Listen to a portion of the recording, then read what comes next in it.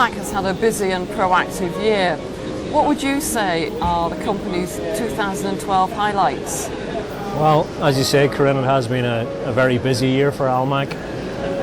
We continue to grow the business out from a revenue perspective. We've added 10% year on year to this year's revenues in comparison to last year's.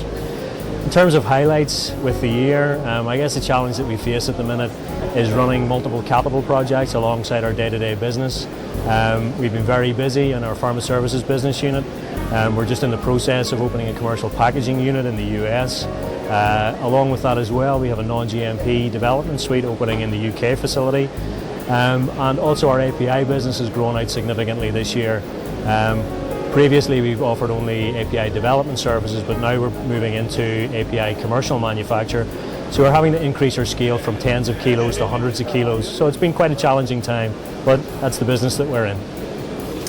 What changes have you seen coming through Almac's pharmaceutical development services? Well, I think really as a sort of catch-all statement, I'd say a lot of the clients that we're now working with are trying to get more from less. So we're seeing perhaps, I would say, less development work in innovation products and more so in reformulations of existing products, looking at new processing techniques to develop or improve existing products. Additionally, we've seen growth on the orphan drug space as well, which is true innovation. However, that brings its own challenges in that the amount of API that you then have to work with is subsequently lessened because the patient population is less, the amount of API that's needed to service that is less, and therefore the amount of API you have available to you for drug product development is less. So that can be quite a challenge. There can also be potency challenges in relation to those products as well. Lastly as well, I'd say we have seen a significant amount of interest in Excelidose.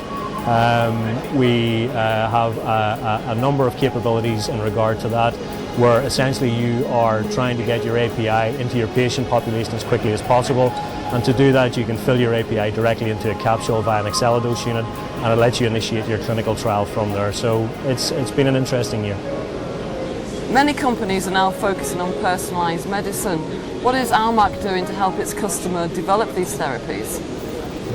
Well, I think we recognised that the growth in personalised medicine many years ago. I think arguably we were one of the first companies to recognise that. We've had a diagnostics group working within the Almac group now for more than 6 years. It has a close partnership with the local universities in Northern Ireland, particularly Queen's University. That particular group within Almac have developed and patented a number of companion diagnostics which can be paired to clinical trials, which can let you better identify your patient populations, and then can subsequently move into the commercial arena where again medicines are specific to the patients and the conditions that they're experiencing, as opposed to just a catch-all approach to manufacturing commercial product. How do you expect the pharmaceutical industry to evolve during the next 5 years? To be honest, Corinne, I think probably it's more of the same. I think the economic outlook within the pharmaceutical industry will still be challenging. I think companies will be trying to get more value from less investment. They will focus in on their IP generation side of the business, perhaps to the exclusion of their commercial manufacturing, the commercial packaging, perhaps some of their development services, which in effect will be good news for the outsourcing industry. I think the outsourcing trend will continue. I think companies will look toward more integrated service providers as opposed to standalone service providers, which puts Almac in a very good position. The services that we offer within the Almac group are fully integrated both geographically and through the project teams, so we can meet that need going forward. So with those changes in mind, what is Almac doing now in anticipation of that? Well, we continue to try and grow out our business at a scale that meets the needs of the pharmaceutical business going forward. As I said, very much if you had looked at Almac maybe 6-7 years ago, it was essentially a collection of companies which provided standalone services.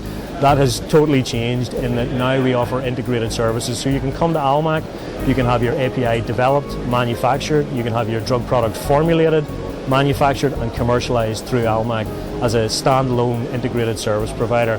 And I think that provides significant value to pharmaceutical businesses who really want to rationalise their supply chain, want to reduce the amount of management time they have to spend managing these relationships going forward, and I think Almac positions itself very well for that.